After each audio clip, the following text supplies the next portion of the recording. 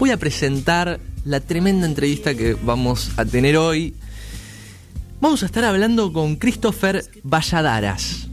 Christopher es peruano, es oriundo de Perú y conoce muy bien la situación actual que vive su país, ¿no? Con el tema político, social, ¿no? Recordemos que en Perú, y yo no quiero acordarme mal, que 5 presidentes fueron presos en Perú. Wow. Es un récord, por decirlo así. ¿Cómo estás, Christopher? Hola, ¿qué tal? ¿Cómo estás? Muy buenas tardes. Buenas noches allá, supongo. Buenas tardes. Sí. Muchísimas gracias. Gracias por esta grata invitación. Definitivamente para mí es un placer poder compartir con ustedes diversos puntos de vista acerca de la coyuntura política que estamos atravesando acá en Perú. Buenísimo. Bueno, muchas gracias a vos. Acá es la tarde todavía. Son las 18:41. La primera pregunta que te quiero hacer es una pregunta muy amplia, y es en relación a la historia política peruana, ¿no? Desde tu concepción, o sea, desde tu concepción, perdón, desde que tenés conciencia, ¿cómo vos viviste la política peruana, su funcionamiento, los temas sociales? ¿Cómo es eso? Perfecto. Desde que tengo, como tú dices, desde que tengo uso de razón, he sido testigo de varios gobiernos que han pasado, que yo he vivido, ¿no? Cada uno ha tenido sus pros y sus contras. Y como tú dices, todos los presidentes que han sido electos en nuestro país han terminado de una u otra manera presos o claro, con muchas denuncias, ¿no? Por diferentes cargos, ya sea de corrupción, ya sea por lavado de activos. Y básicamente eso es lo que a nosotros como ciudadanos pues nos mortifica. Qué mejor que tener un buen presidente y que éste se dedique realmente a trabajar por nuestro país. Sin embargo, todos los presidentes que he vivido, no han cumplido realmente la talla que se merece para poder gobernar el país.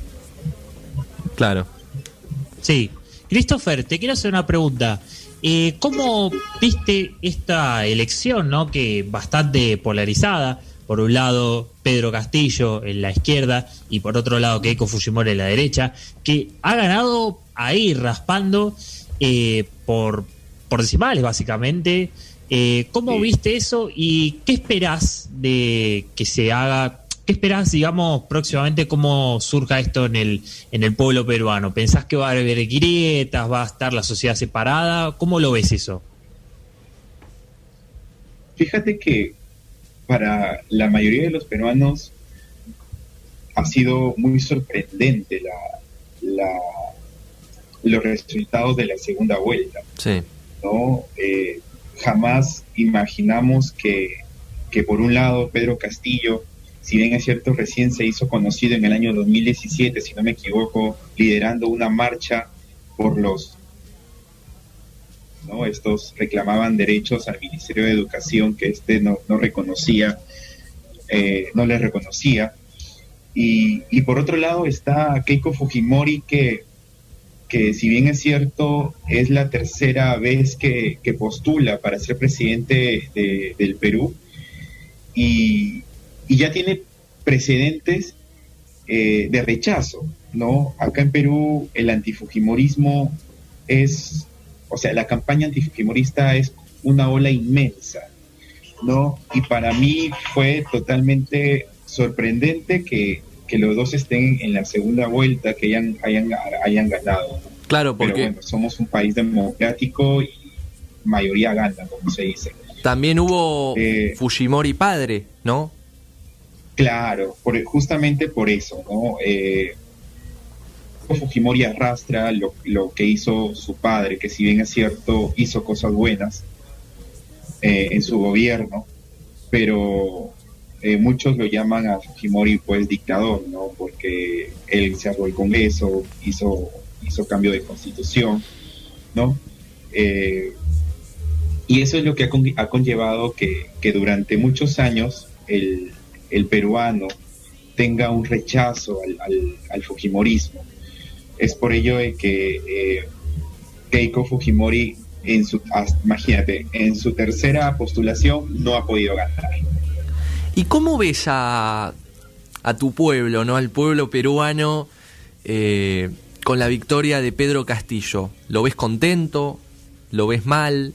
¿Qué pasa? ¿Era un cambio necesario? Pedro Castillo, claro. ¿Qué pasa? Que Pedro Castillo representa al ciudadano olvidado del Perú, al campesino ignorado, que no escucha, ¿no? Que el gobierno ignora. Eso es lo que representa Pedro Castillo, ¿no? Pedro Castillo representa aquel campesino de la zona rural que se saca la mugre, disculpando la expresión, trabajando, pero no tiene los beneficios que un trabajador normal tiene por ley, ¿no? Asimismo, el Perú en estos momentos está dividido porque, como les dije, para mí particularmente fue sorprendente tenerlos a los dos en la segunda opción, como dos opciones únicas para que sean nuestro presidente. Y bueno, casi el 50% estaba en contra de la ideología comunista, que eso es lo que representa Pedro Castillo. Y por otro lado, como les dije anteriormente, el antifujimorismo, ¿no? O sea, no querían que Keiko sea presidenta, independientemente si es que tenía buenas propuestas o no. Hay una gran parte de nuestro país que tiene un rechazo a Keiko, ¿no? Keiko, por más que intentó en su campaña tratar de convencer, tratar de lidiar, tratar de crear puentes pacíficas, no logró hacerlo, no logró convencer. Pero, Christopher, escúchame, yo me pongo a pensar en que estás nombrando solamente a dos candidatos, ¿no? Y ambos son completamente opuestos, ¿no? Keiko Fujimori, conservadora, liberal, por decirlo así, de derecha, ¿no? Y Pedro Castillo, comunista, un hombre que representa, como vos decís, a los pocos. Eso es porque, por ejemplo, acá, ¿no? Digamos que entre Alberto Fernández y Macri, sí, hay muchísimas diferencias, pero no hay uno de derecha y uno de izquierda, ¿no? Como que hay uno más de derecha, otro más de centro. Ahí es como muy de golpe, muy polarizado, ¿no?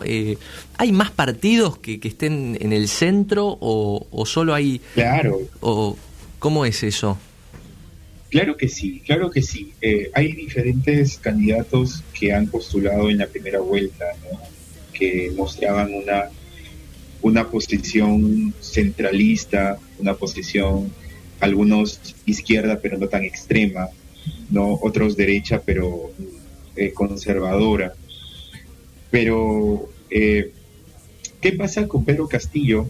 Y es que él, pues, en muchas de sus conferencias, muchas veces salía a realizar entrevistas, y él mucho citaba a los gobiernos de Venezuela, al gobierno de Cuba, ¿no? A Fidel Castro. Claro.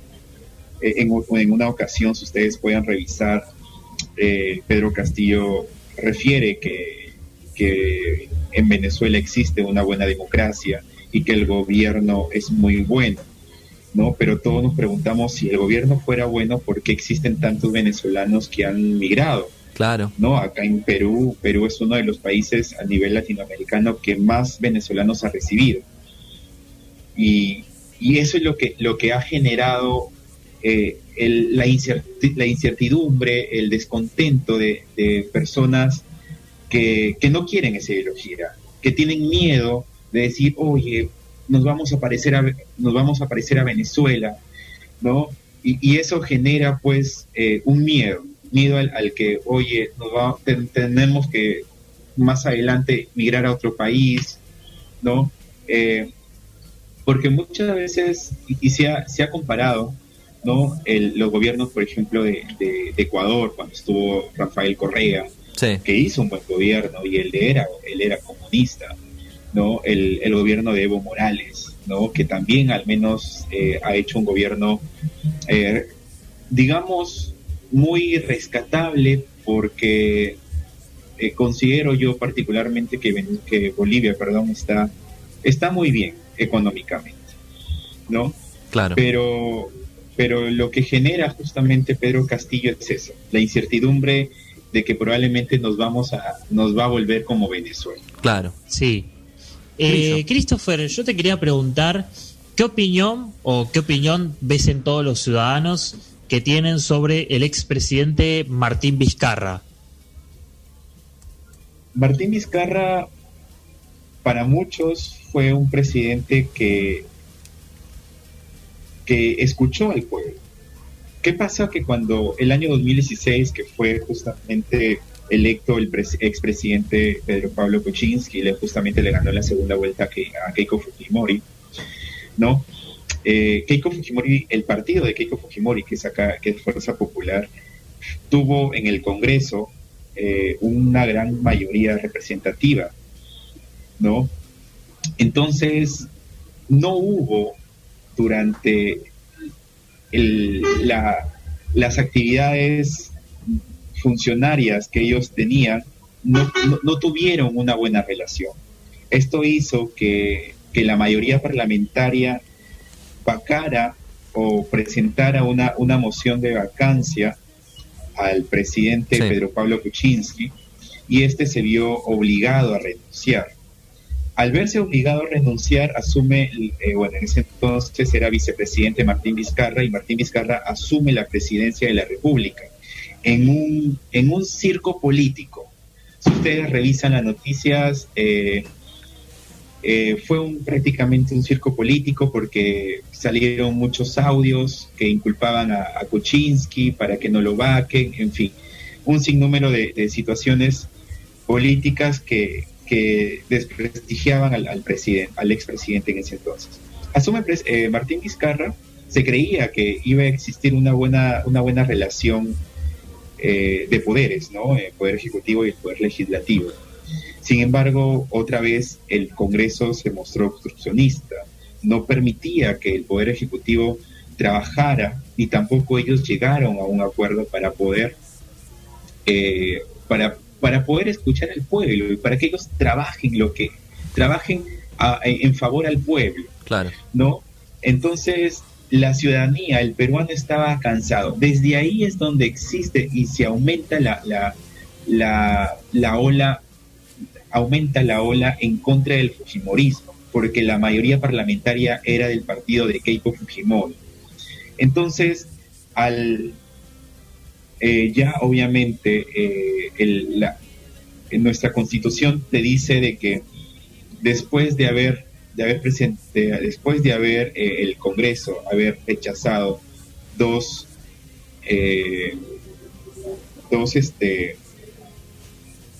moción de confianza, se le llama a los gabinetes del presidente, el presidente tiene la facultad de disolver el Congreso, ¿no? Entonces, el Congreso anterior le impidió, ¿no? Le impidió a un gabinete de Pedro Pablo Kuczynski para que estos puedan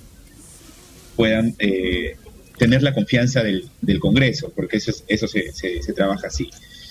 Y en el gobierno de Vizcarra también se presenta el gabinete del Solar, ¿no? Donde acuden pues al Congreso a pedir justamente la confianza del Congreso, y estos pues se lo niegan.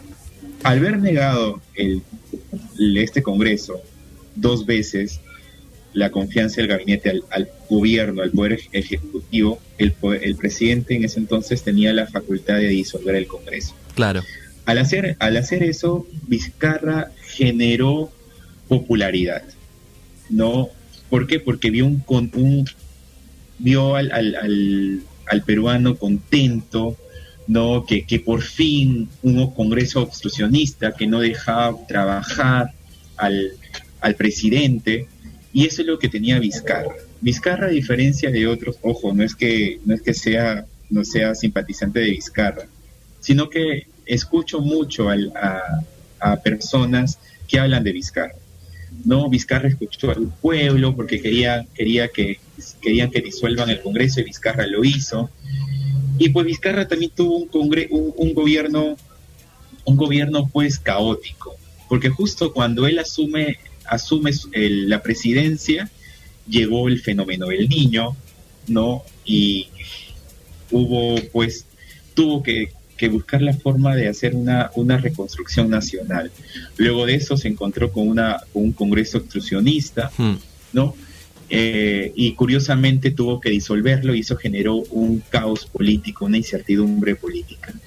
Y para agregarle, pues llegó la pandemia. Entonces no podemos decir que Vizcarra hizo un buen gobierno, sino que, los resultados de las muertes acá en Perú pues lo culpan a él por no haber generado o desarrollado buenas acciones, ¿no? Que ningún presidente sabía. A eso iba, Christopher, a entender por qué sucede lo que sucede con el coronavirus en Perú, ¿no? Es el país, se lo cuento a la gente, es el país con más muertes por habitante. Piensen, Perú tiene en población 33 millones. Nosotros tenemos 46, ¿no?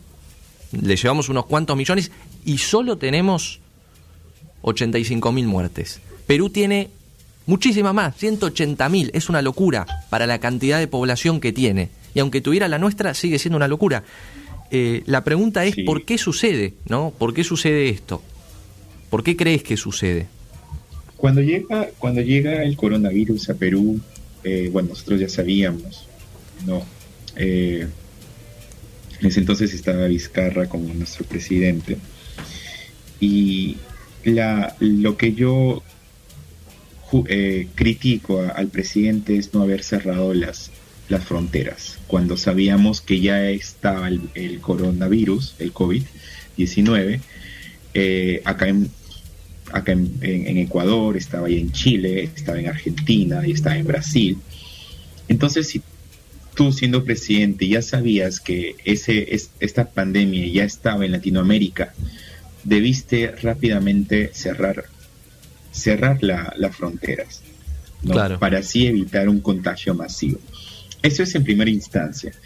En segunda instancia, cuando llega la pandemia acá a nuestro país y el presidente anuncia estado de emergencia y el confinamiento social, a todos los peruanos nos cae, como se dice, un baldazo de agua fría, ¿no? Todos nos quedamos asustados, teníamos miedo, porque veíamos en Europa, en Estados Unidos, en países de allá de que las muertes eran masivas, ¿no?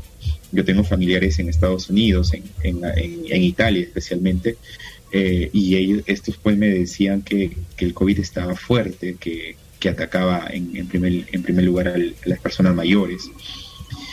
Y eso generó pues incertidumbre, miedo.